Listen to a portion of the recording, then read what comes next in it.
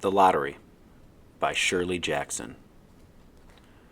The morning of June 27th was clear and sunny, with the fresh warmth of a full summer day. The flowers were blossoming profusely, and the grass was richly green.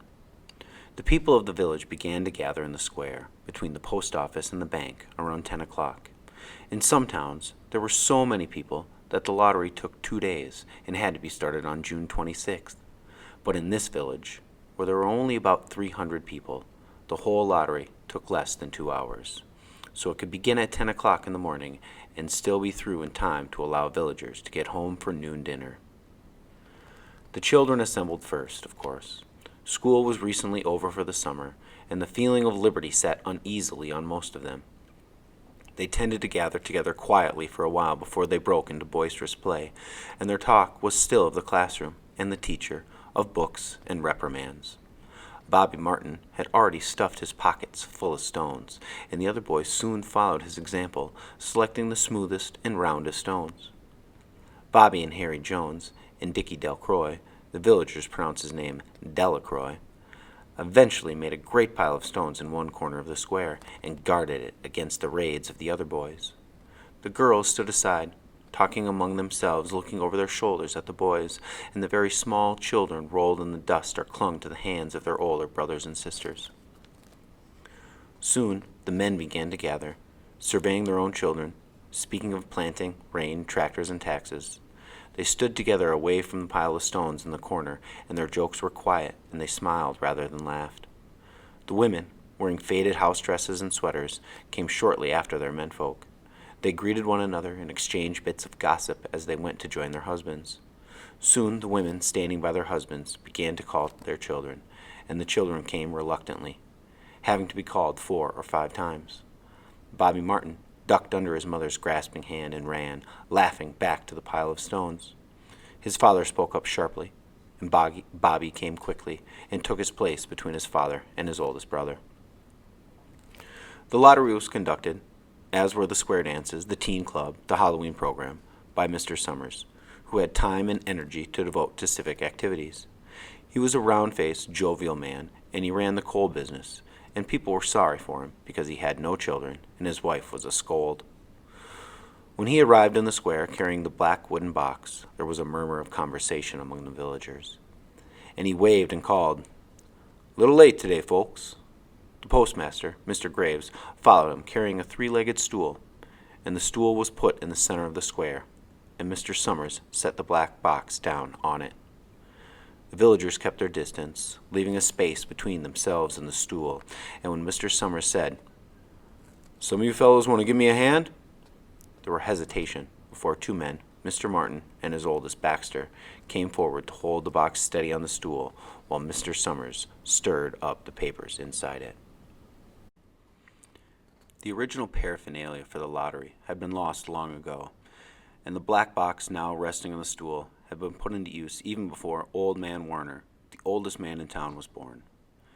Mr. Summers spoke frequently to the villagers about making a new box, but no one liked to upset even as much tradition as was represented by the black box. There was a story that the present box had been made with some pieces of the box that had preceded it, and the one that had been constructed when the first people settled down to make a village here. Every year, after the lottery, Mr. Summers began talking again about a new box, but every year the subject was allowed to fade off without anything being done. The black box grew shabbier each year. By now it was no longer completely black, but splintered badly along one side to show the original wood color, and in some places faded or stained. Mr. Martin and his oldest son, Baxter, held the box securely on the stool until Mr. Summers had stirred the papers thoroughly with his hand. Because of so much of the ritual had been forgotten or discarded, Mr. Summers had been successful in having slips of paper substituted for the chips of wood that had been used for generation. Chips of wood, Mr. Summers had argued, had been all very well when the village was tiny, but now that the population was more than 300 and likely to keep on growing, it was necessary to use something that would fit more easily into the black box. The night before the lottery, Mr. Summers and Mr. Graves made up the slips of paper and put them in the box, and it was taken to then taken to the safe of Mr. Summers' coal company and locked up until Mr. Summers was ready to take it to the square the next morning.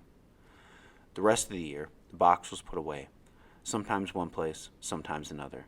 It had spent years in Mr. Graves' barn, and another year underfoot at the post office, and sometimes it was set on a shelf in the Martin grocery store and left there.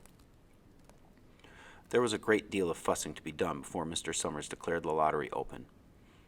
There were lists to make up of heads of families, heads of households in each family, members of each household in each family. There was the proper swearing in of Mr. Summers by the postmaster as the official of the lottery. At one time, some people remembered, there had been a recital of some sort, performed by the official of the lottery, a perfunctory, tuneless chant that had been rattled off duly each year. Some people believed that the official of the lottery used to stand just so when he said or sang it. Others believed that he was supposed to walk among the people. But years and years ago, this part of the ritual had been allowed to lapse. There had also been a ritual salute, which the official of the lottery had to use in addressing each person who came up to draw from the box. But this also had changed with time.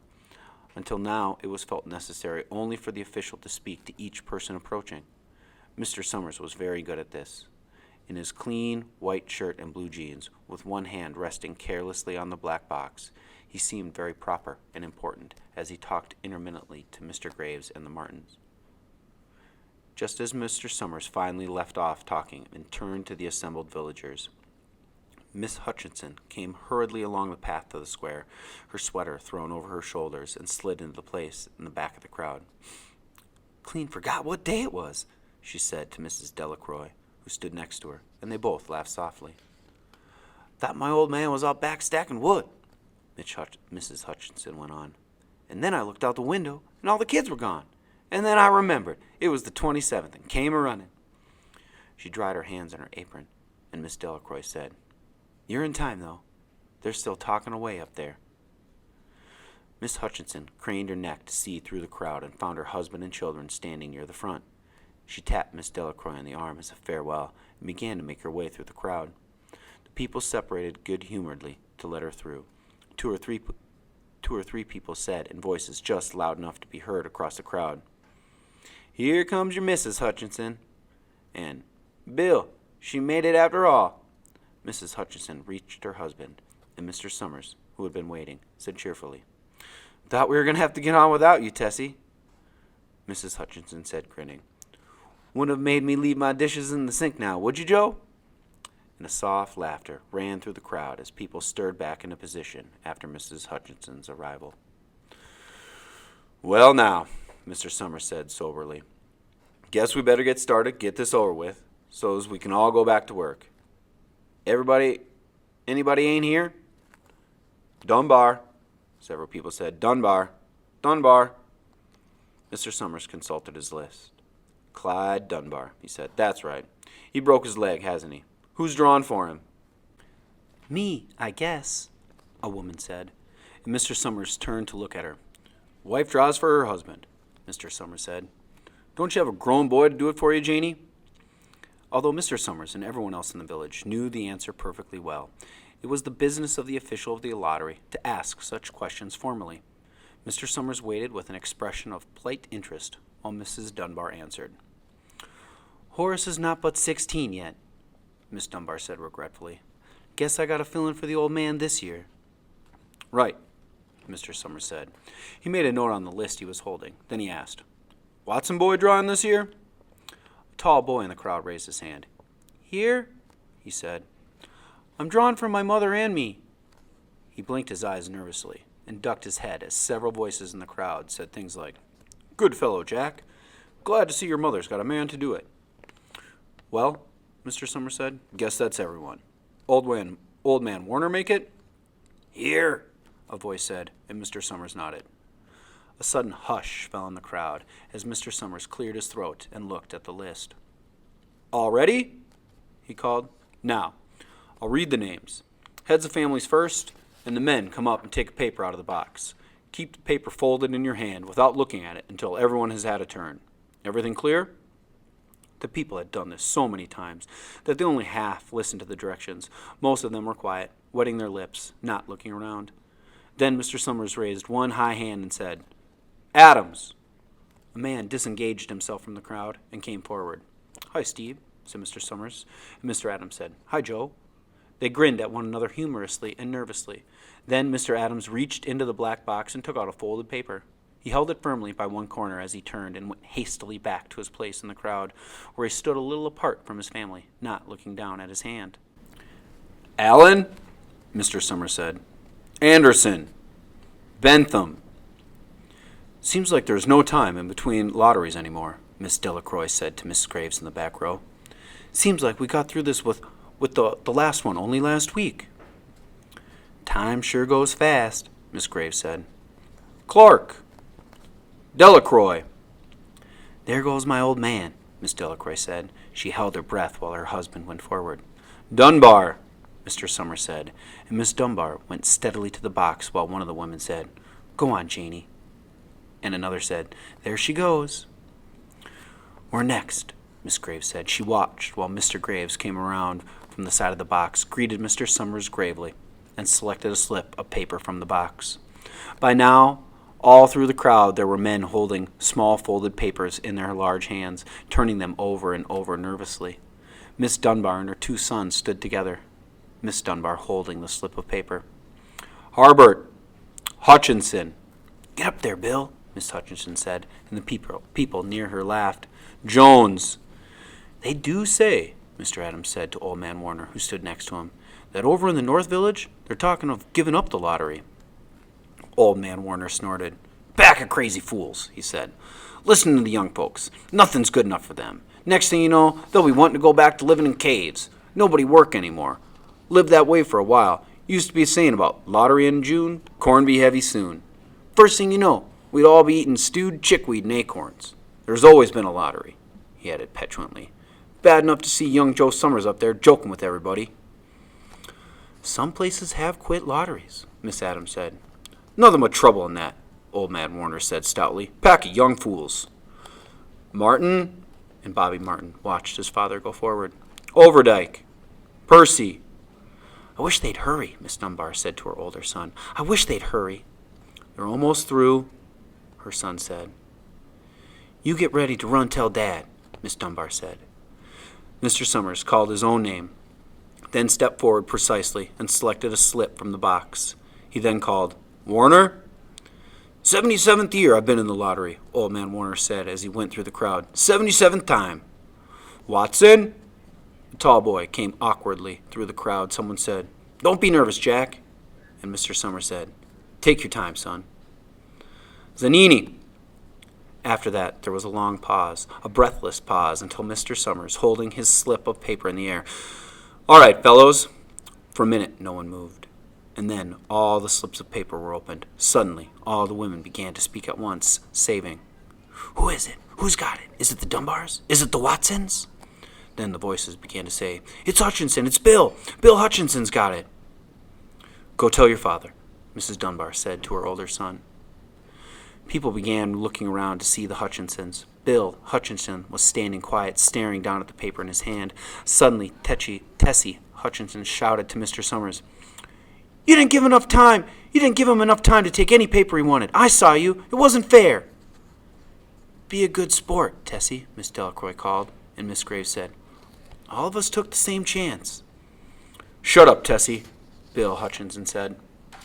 "Well, everyone," Mr. Summers said, "that was done pretty fast. And now we've got to be hurrying a little more to get it done in time."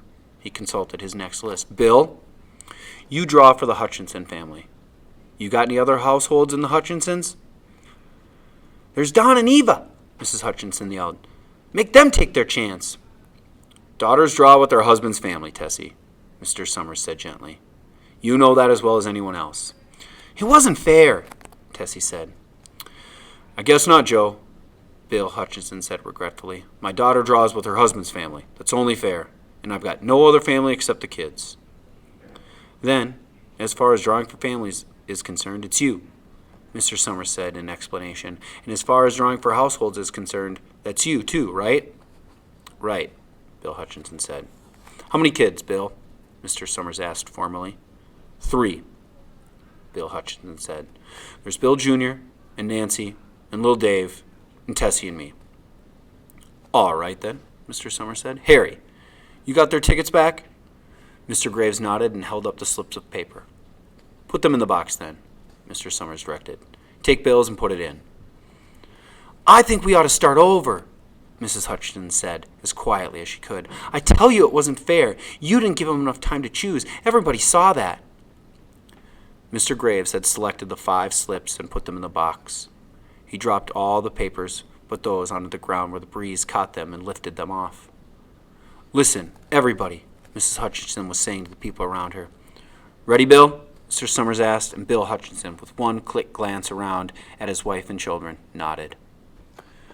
"Remember," Mr. Summers said, "take the slips and keep them folded until each person has taken one. Harry, you help little Dave." Mr. Graves took the hand of the little boy, who came willingly with him up to the box.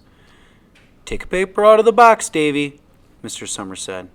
Davy put his hand in the box and laughed. "Take just one paper," Mr. Summers said. "Harry, you hold it for him." Mr. Graves took the child's hand and removed the folded paper from the tight fist and held it while little Dave stood next to him and looked up at him wonderingly. "Nancy next," Mr. Summers said.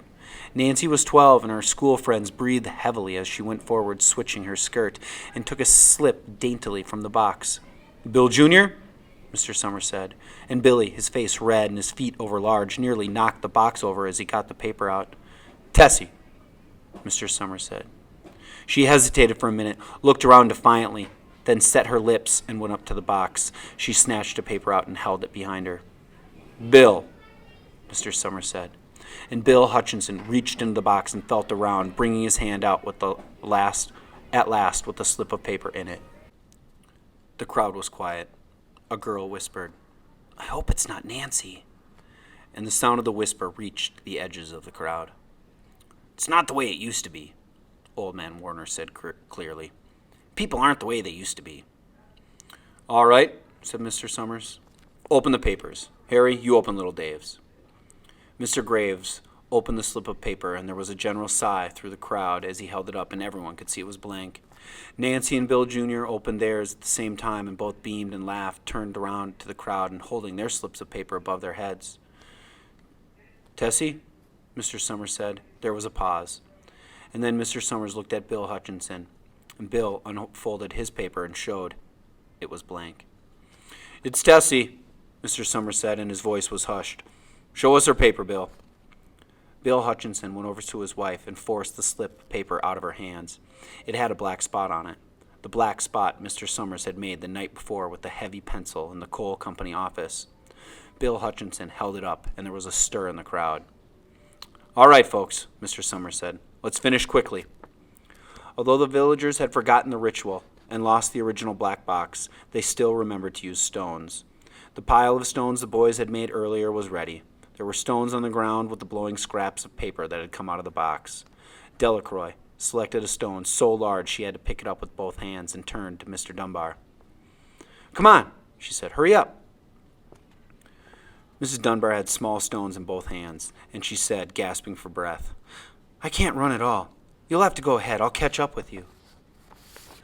The children had stones already, and someone had given little Davy Hutchinson a few pebbles.